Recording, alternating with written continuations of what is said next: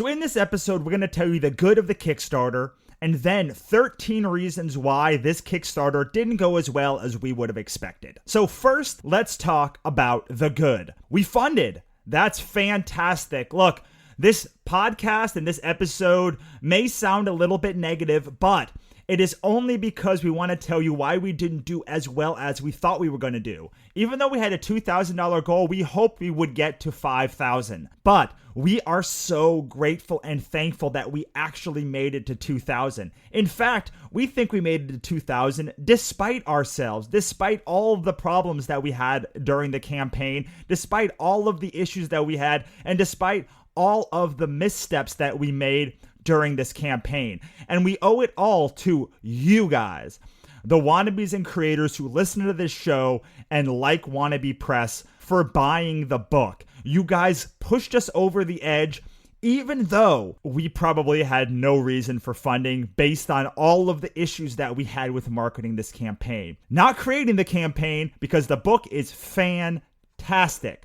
Just running the campaign. So I have nothing but love, appreciation, and gratitude to all of you out there that are listening, and all of the wannabes, all of the creators who follow what we do, because it's because of you that we funded this book, and I could not be more appreciative. Here's the thing, if you had asked me last Monday if we were going to fund, I would say no way. We were dead in the water. We had 13 total days where we didn't fund $1.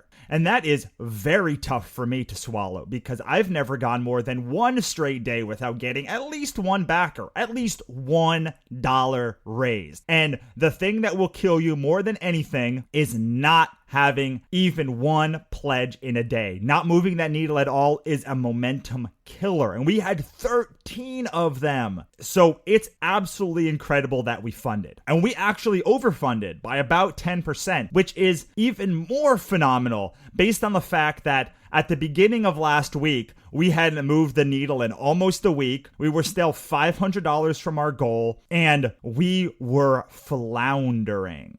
But we ended up with $2,162 from 65 backers. Now, 65 backers is also the lowest I've ever had in a campaign. Previously, the lowest was 155. So this is under half of my previous lowest backer limit. So all of that went towards really bumming the entire team out. And honestly, it's our own dang fault. So let's get into it. Let's talk about why this campaign didn't go more successfully. Here are the 13 reasons behind us inching over the finish line instead of blowing past it. So the first reason is that I just ran a campaign in February. It ended in March, and we launched this new one in April. That is a very short amount of time to go back to Kickstarter. And you can't go to that well over and over and over again every other month. You need some time to chill and relax. So I tried it. I tried doing a Kickstarter back-to-back, and I will say that it burns out your audience. It makes them give a little bit of a groan, and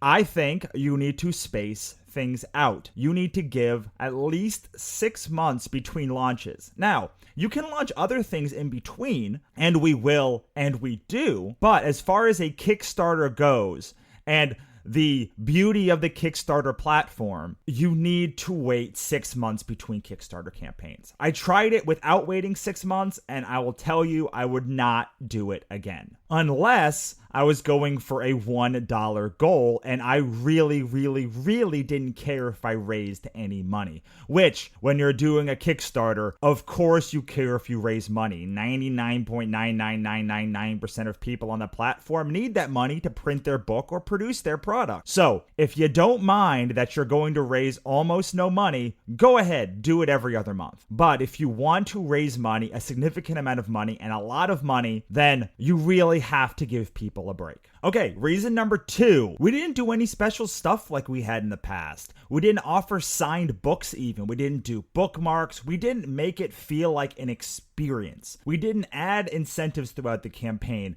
We didn't add any new rewards throughout the campaign. It was just kind of a flat campaign. Now, the artist did some awesome promo images throughout the campaign, But otherwise, it was basically just like launching a book with some extra stuff. And that's also not the ideal way to use the platform. Kickstarter is about the experience. It's about early adopters. It's about rabid fans. And you need to do something special for them. It's sort of like having the con experience, except online. So if you're going to do a campaign, I recommend making it very special every single time. If you don't want to make it special, then guess what? You can launch it any other way, but don't launch it on Kickstarter. Reason number 3 is product market fit. Look, we weren't active on parenting groups. What I thought was that my market, the wannabe press market, would buy the book because they have kids, they know people that have kids. However, they are not the target audience. I needed, and we as a team needed, to be active in parenting forums, building our cred, and building the fact that the book is awesome for them. Luckily, we got pulled through from our awesome supporters who did have kids or did have someone that loved the book, but we could have done so much better if we had prepped and made sure that we were active on parenting forums and we talked to everybody that we knew with kids and made sure that this book was known to be an awesome book for all parents. And honestly, that's my own damn hubris right there. Number 4 is sort of a follow-up from the last one. We just didn't have a plan. We didn't have a promotional plan. Honestly, if it was a comic or a novel, I'd have known how to promote it because I'm very active in book groups and in comic book groups.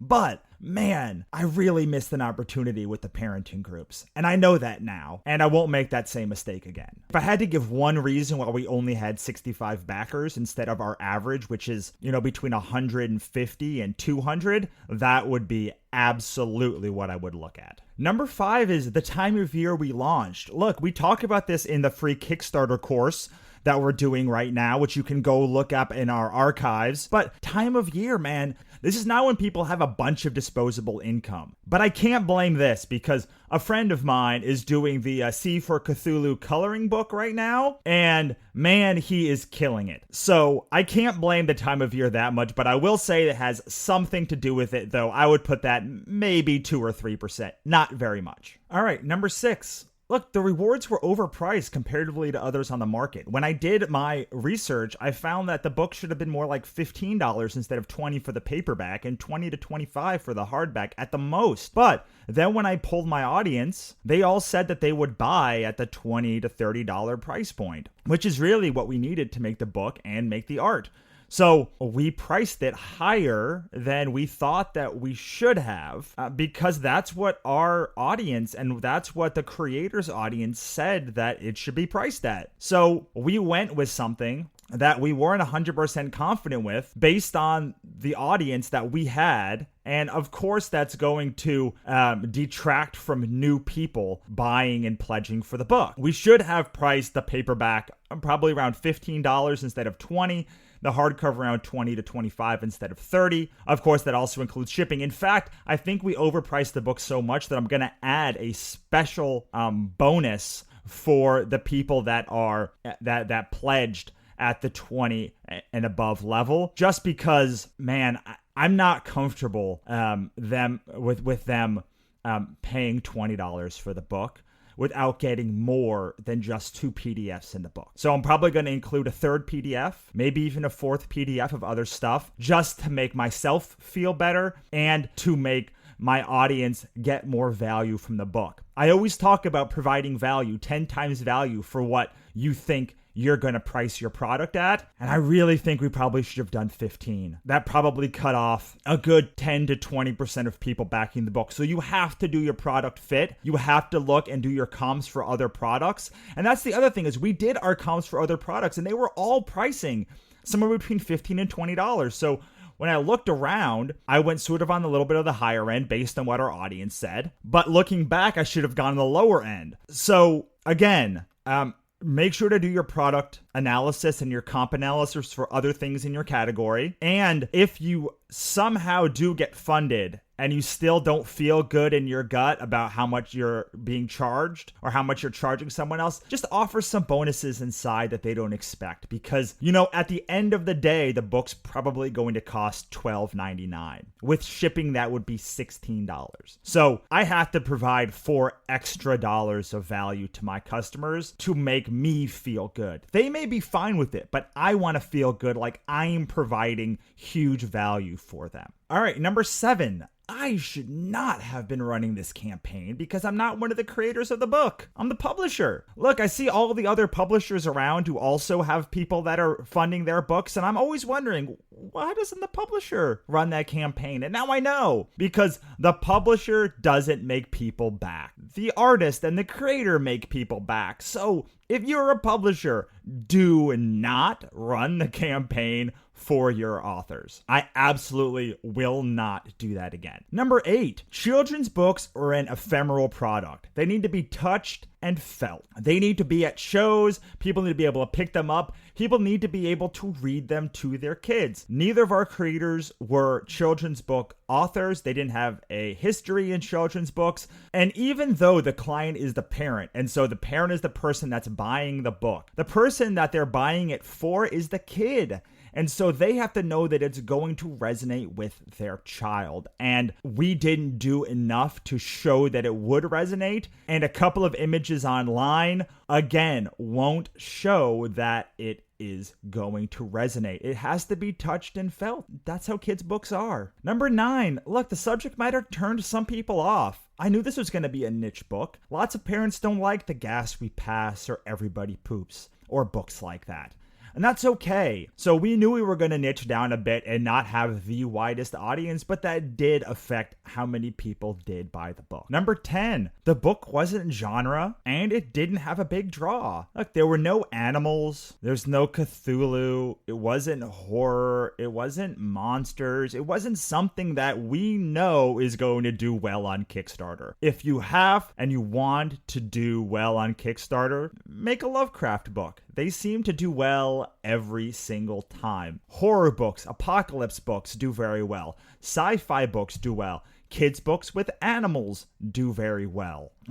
Weird niche books about kids farting, that's not a huge draw on Kickstarter. And it's been a problem for Wannabe Press since the beginning, honestly, because we are committed and adamant about doing things that are weird and different. We don't want to do stuff that we know is going to sell really well. Like, we don't just want to do a book about kittens because we know that we could sell 1 million books about kittens. We don't just want to do a book with a public domain character because we know that's going to sell. We want to create original stories here, and it's always been a detriment to how many people will buy our books, but it is sort of what we're trying to do here. It's the culture we're trying to build. So we know that there was not going to be a big draw with a name or with animals or things that generally sell well online, but we took a chance anyway. We still love the book. We think it's going to do very well at conventions, but saying that did certainly stop our draw and make less people back us just because they didn't know what the book is. It made no sense to them. Like, they couldn't ground it in something that they already knew. Number 11, we probably should have had a prototype for the book that we could have included in the video. And the video probably should have included a kid being read the book so that they can see the reaction. And by they, I mean the customer. And so they can imagine their kids being read the book and how lyrical and how beautiful it is. That would have certainly helped with the issue that we had, which was nobody knowing who we were or what the book was about or how people would react. Number 12 is we didn't update enough throughout the campaign, and we didn't involve the people enough that did back our books. Last time we did a campaign for My Father Didn't Kill Himself, we did humiliating acts every week to get people interested.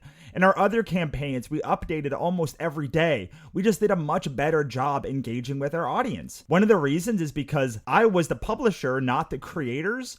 So I just didn't have quite the pull with the audience that the creators would have, which goes back to I shouldn't have been running this campaign in the first place. So definitely you want to update your backers at least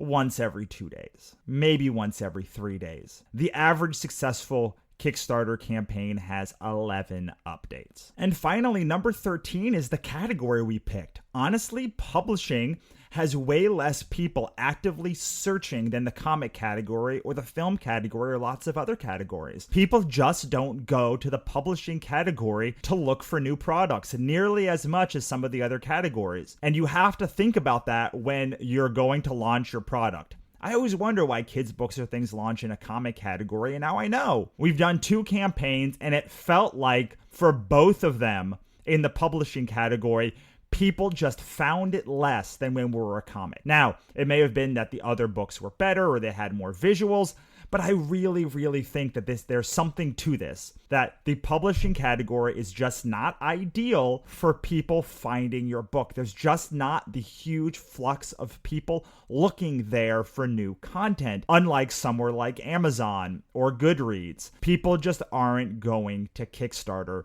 to find new books. And this is referenced when you email people that you're doing a Kickstarter and that you want to do reviews. Inside the comic industry, tons of people know Kickstarter and they know that's how you fund something. When you email people in the publishing category, it's just not the way that they do things. And so you have a much more tepid reaction. And when you tell people that like books that you're doing a Kickstarter, unlike with comics where almost universally they're like, oh, cool, I'll check it out. With books, they're like, what's Kickstarter? Oh, I think I've heard of that. I don't know. I'll wait till it comes on Amazon. So with comics, it's just a lot more rabid fan base. And you want to make sure when you pick your category or pick the project you're going to do on Kickstarter, you account for that. And there you have it. 13 reasons why our Kickstarter didn't do as well as we thought it was going to do. However, again, I want to make sure you understand that we are so grateful that we got this Kickstarter funded. The only reason we're doing this is to help you guys in the future so you don't make the same mistakes that we do, or to at least think about how you're going to run your own campaign. Have a great day, wannabes and creators. I will see you next time.